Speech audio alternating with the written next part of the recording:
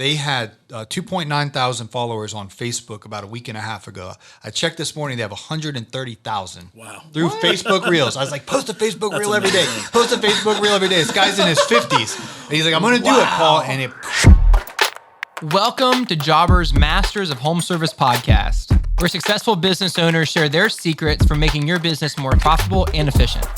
I'm your host, Adam Sylvester, owner of Charlottesville Lawn Care and Charlottesville Gutter Pros for the last 15 years.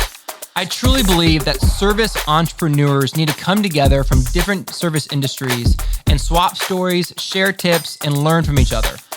By getting together and sharing each other's successes and failures, we can help each other level up. And that's the mission of Masters of Home Service. On today's episode, we are discussing how to recession-proof your business. We have Zack Gurkowski, owner of Montreal Contractors in Montreal, Quebec. Welcome to the show. Thanks, Adam. And Paul Jamison, successful business owner and host of the Green Industry Podcast out of Atlanta, Georgia. Welcome. Thanks, Adam. So Zack and Paul, a lot of our listeners have either gone through a recession or they're thinking about that right now. Have either of you, of your business, ever gone through any kind of recession or setback? I was working with my dad in 2008 when the housing market kind of turned upside down. And at that point, I had just started sort of taking over some of the back end stuff, estimating and getting my hand into the finances. We made out okay. We didn't lose too much work, but there was definitely, that feeling, the trepidation from clients and stuff. We did have a few projects that had pulled out about a year in advance of when we were supposed to do them, and a few people that were kind of downgrading some of their fixtures and finishes. So we definitely felt people kind of tightening their belt straps a little bit. We made out okay, but we weren't, completely untouched by it. Yeah, a little scathed, but not devastated. That's it. Yeah. What about you, Paul? Yeah, 2008, I was in college. So all I had to worry about was my cafeteria food. And I worked at the cafeteria, so I got discounts on that. I was clueless of I knew stuff was going on, but as a small business owner, I was still in college during those days. So the short answer is no, I've not. What about COVID? How did COVID impact your businesses? Well, it impacted the labor issue because people were getting money to, stay at home. And so that was the big issue. There was a demand for the work, but it was getting laborers to do the work was the issue that the lawn and landscape industry is still in some ways recovering from today. Yeah. In some ways, home service skyrocketed, the demand for it skyrocketed, right. But then the ability to produce it went down. It was so hard to get people to work and hire people. Well, I think in the landscaping industry, as you know, Adam, people are home now. So before they left in the morning, they weren't really paying attention that the bushes were all overgrown and ugly. They come home, life was busy. Now you're home all day, working from home, and you go outside to get the mail, and you're like, man, our house looks like it needs a refresh here. Yeah. And they call the landscaper. The issue is we don't have the manpower to handle all the work. Yeah, Zack? Yeah, I agree, right? People have been, especially with at the same time as COVID hit, in our market anyway, the price of homes just started to skyrocket, right? The market went wild. So people were staying at home, and instead of purchasing that new, bigger place, they were deciding to invest, redo that kitchen finally, add the pool in the back, whatever it was. But, like Paul said, it was just really hard to get people to go in and work. So we saw our demand increase exponentially, but our ability to supply was just completely devastated. So it was tough. So our listeners are wanting to hear the juice, right? So Paul, how do you recession-proof your business? Number one, I think you need to get tunnel vision on how you make money. You have to have customers. So you need to stay focused on who's our target market, who's our customer, and how can we serve them. Yeah, I agree with you, Paul. I think marketing is huge.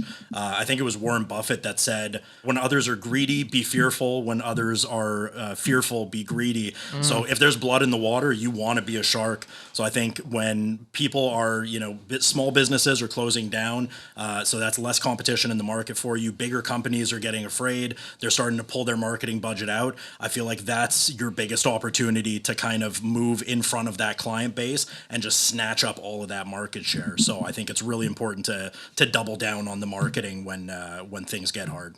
I agree. If you view it as an opportunity, then you can really grow. 100%. You can use it as a rallying cry to your employees. Hey, we're not slowing down. We're pushing forward. Exactly. We're doubling down. We're stepping on the gas pedal 100%, and we're going. We're not slowing down. We're not going to be afraid.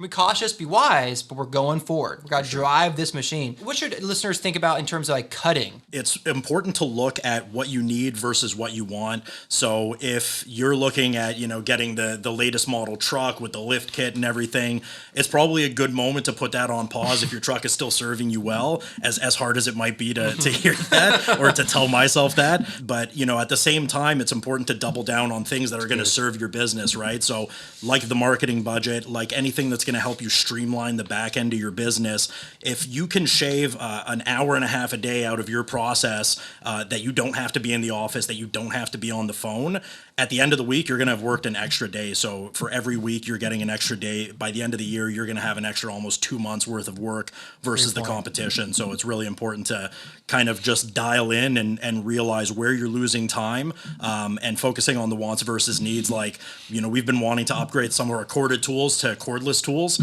And as much as that helps the business, we have tools that work now. It's just that they got tails on them. So it's not the end of the world. They still work. So we've put that one on hold for now to kind of focus on what's more important for us at this time. I like that approach. I view it as a road trip. And if economic recession's coming, you want to put gas in the car, which is marketing dollars and efficiency. And if you have some stuff in the trunk, take it out. If you have some things to cut, some things that are weighing you down, things you just took for granted before, go lean, which is good advice for any time in business. For sure. Yeah, I was on Corey Ballard's podcast, and we were talking about how before the recession or, COVID, a lot of people weren't paying attention to all these little things. And then it caused folks to look under the hood and realize, that's wasteful right there. We could have cut back on that. Do we really need this? And do we have to really buy that, or can we get the job done with this? And so in many ways, it helped a lot of people to focus on paying attention to our numbers and, cleaning up those little ankle biters of things that really were not noticeable in our business when things were so well, but could be improved. So there's many good things that came out of what we've went through. That's a great point. Let's take a 30-second break. We'll come right back. Sounds good. We are always driving around. We are a family HVAC business, and we are always in the field. We can't get to an office or a desk a lot of the times. With Jobber, I can quote, invoice, and get paid all on my phone. Access my customer information, job information, and my whole business right on my phone, right at the job site. That just makes running my business a lot smoother. Smoother from start to finish. Quote, schedule, invoice, and get paid. Start your free trial today at jobber.com. Our listeners are thinking about ways to make things better. And efficiency is the main word, right? Efficiency is one of the main keys of business in general. What are some ways that you guys have learned, maybe some hacks for our listeners for really making it a money machine, efficient? You want to raise your prices, and you want to get as efficient as possible. You have to do both of them. You can't just raise your prices, but you also have to just look at what's the most efficient way to do this. And we were chatting last night. I was just hanging out with a friend of mine. He's got 100 employees. And so a 5-minute mistake, he's run the math, is a $3,000 mistake when you multiply it if 100 people are doing the same thing. So in lawn care, for example, we have all these gas stations throughout Atlanta. Quick Trip's the most popular one, in Racetrack. And I drive by there in the morning, and there's a whole bunch of landscaping trucks and the landscaping trailers. These guys are getting their fuel, and they're just cruising into the day. Dave's like, are you kidding me?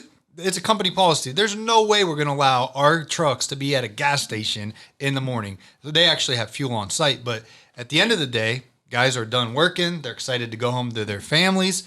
So you fuel up at the end of the day. When everyone's tired and they're ready to get home, they're going to do it real quick and efficient. Get everything fueled up so the next day when you start the day, you start with a fuel tank of gas. You're not wasting time at the gas station. That's just one example of how can you be more efficient. But you also have to raise your prices, because when I was in high school, I used to eat at Wendy's. They had a junior bacon cheeseburger. It was 99 cents. And I remember I went in one time. I was in high school, and it was $1.19, and I was furious. Like, $1.19, Yeah. And then next thing it was $1.29. And then they just kept raising it.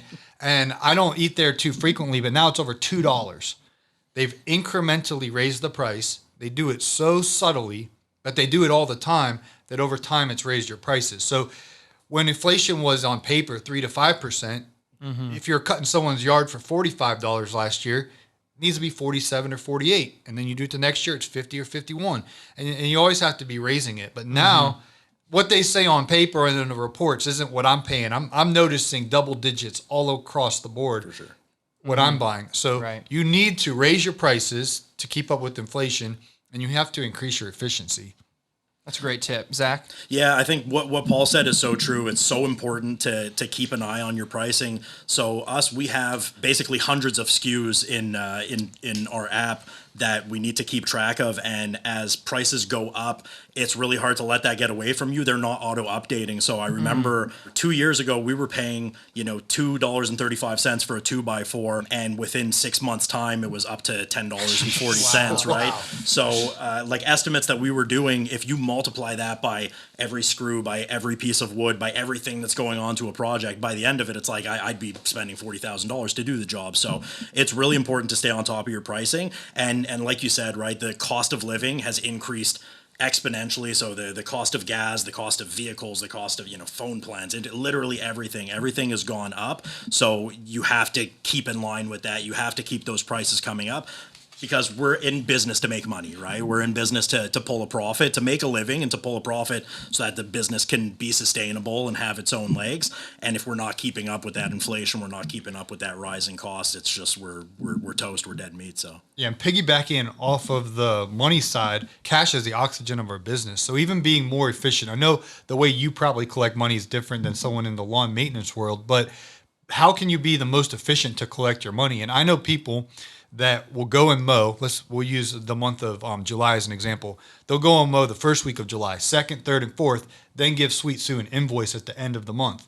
And then there's a couple weeks until she pays. So you didn't get paid till the middle of August. Mm-hmm. Now I know in your world, you guys probably collect draws and different things, but you don't want to get behind with people owing you money when things are tightening up. For sure. But I mean, we do the same thing, right? We're always really careful to send those invoices out well in advance to make sure that we're never bankrolling. Like you said, right? You don't want to be bankrolling Sweet Sue. We're not in the business of financing people for their lawn care. Yeah. That's it. So we're not going to be able to go and capture a margin off of that. We're actually just going to be losing money on it. We're going to be losing efficiency. So we're really careful about trying to send everything out. Like you said, having a card on file, having those payment terms set up super in advance to make sure that you're getting that cash in and that you're not just kind of going out of pocket and putting everybody on your arm, because it's something that seems tempting at the beginning, especially if you're small or a startup. It's like the money's going to come through. It's not a big deal. You take your time paying me. But as your business starts to scale up and you see those, costs of the background expenses increasing and stuff like that, and the monthlies going up, it's so important to just have that cash flow.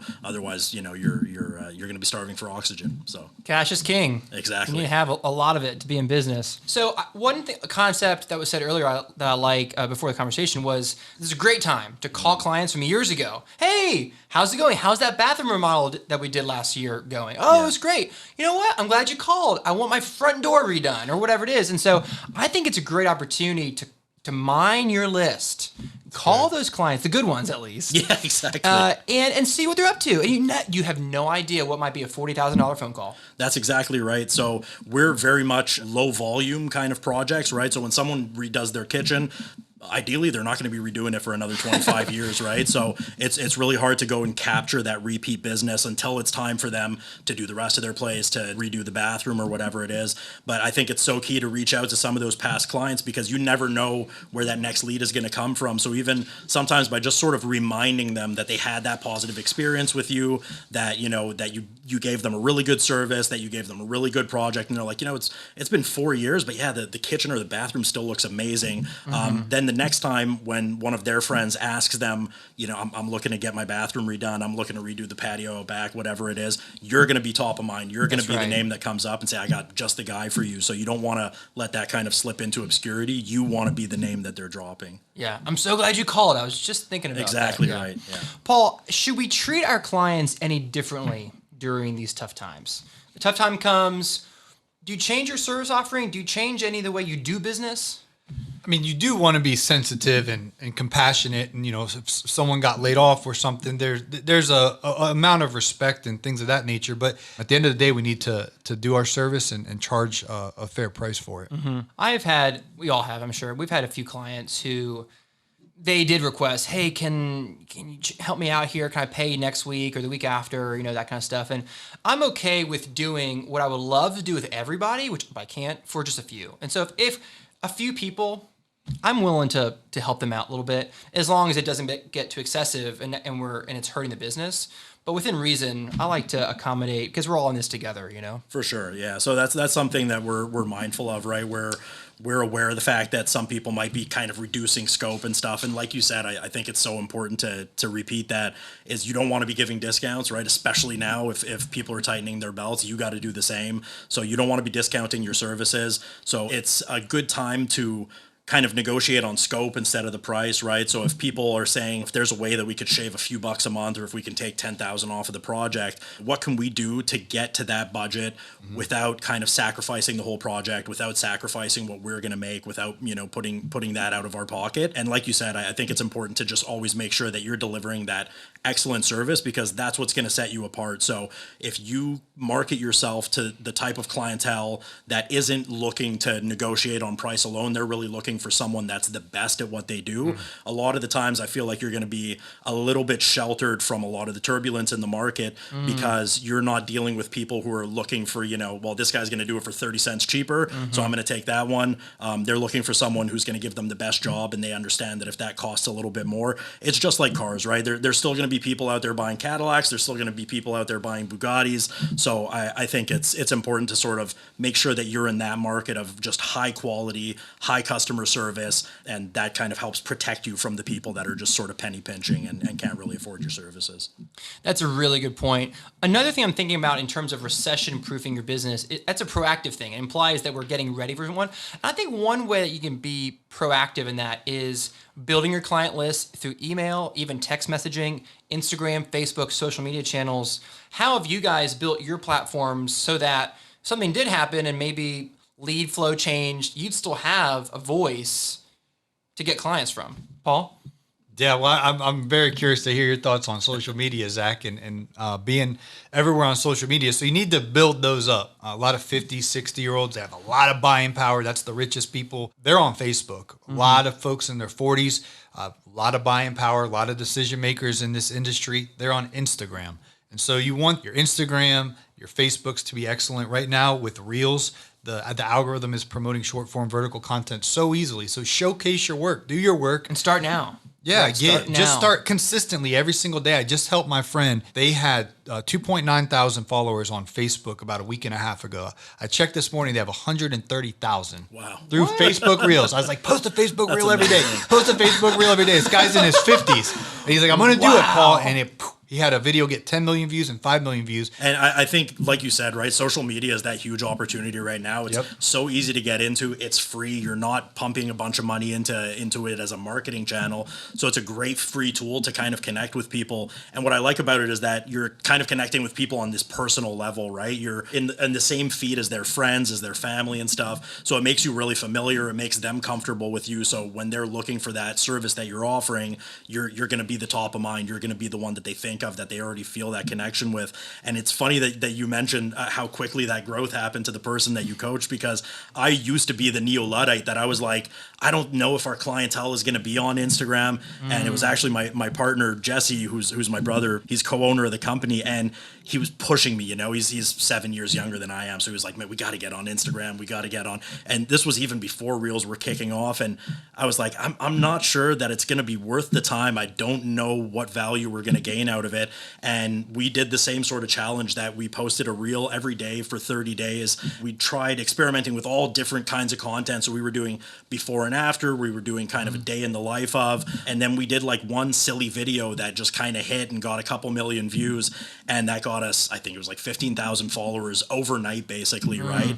And at the beginning, we were using the social channels to kind of really connect with different subcontractors and people in the industry and business owners and stuff. And as time went on, those leads just started to kind of flow in. So we didn't used to look at it as an important marketing channel, but it quickly kind of took over a way that we can get out there in front of people for free. Between Facebook, Instagram, TikTok, all of that is just the amount of leads that we get from it. And the fact that you just sort of have this dynamic online portfolio that people can go and check into, because it's one thing to have those pictures on a website and stuff, and it's very nice and structured. But when you're doing it completely mobile oriented, like you said, the vertical format, it's just huge, right? Because people are consuming that content anyway, so they might as well be consuming yours. What a great resource. The old saying is your network is your net worth. And so you plant that wide networking out there. You don't know how it's going to go with someone like, oh, I watched this guy on Instagram, Zach, you should see this video, you should see his company. Somewhere along the line, it's going to go in your favor if you have more clout on the social media and things of that nature. And I have a friend in Illinois. I asked him, how do you have such good employee retention? Because he has great folks that work for him. And he's like, I got them all through Instagram. I said, what do you mean? His handle is Jay Jacobs. He ranks so well in the local algorithm that so many people follow him, and they kind of see behind the scenes like, man, you guys look like you're having so much fun out there. And like they see that like it's a movie, right. and his crew is the stars in the movie. And there's people that are like, man, I want to work for you. Like college students in the summer, like, can I work? And so whether you're attracting employees or customers, it's a huge opportunity right now to build up your social media. So if the recession does come, you have a strong brand out there across all the platforms. For sure. That doesn't cost anything, right? So Exactly. it's awesome. Those are great points. So how have you guys learned how to keep retention high, keep morale high? What do you guys think about that, Zach? So I think it's important to make sure that you're taking care of your key players. At the end of the day, these are the people that are going to be feeding the bottom line of your business. So if you're having wins, you want to share those wins with them. If you're looking out for them, they're going to be looking out for you. So I think it's really important to make sure that you're making your job site or you're making your business a fun place to come into, and that, like you were saying before on social media, that it's something that's attractive to people, that they're going to want to come and be part of the team and sort of work together with you instead of just working under you as an employee. You want to try and bring everybody up to your level so that they can help you bring other people in, and then just kind of continuously bring everybody up to that same level that you're looking for. Yeah, and I also think an owner needs to be positive. Right.